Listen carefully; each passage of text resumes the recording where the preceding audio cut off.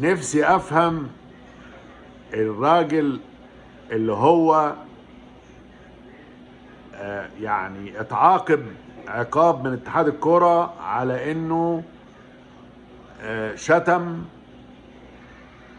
الكابتن صالح سليم واهان نادي الاهلي كله، اللي هو امام عاشور. انا نفسي افهم ازاي امام عاشور اللي هو يمكن من الناس القلائل جدا اللعيبه اللي شتموا الاهلي ورموز الاهلي وكابتن الاهلي صالح سليم الله يرحمه، ازاي هيلعب في الاهلي وازاي جمهور الاهلي هينادي باسمه ويشجعه.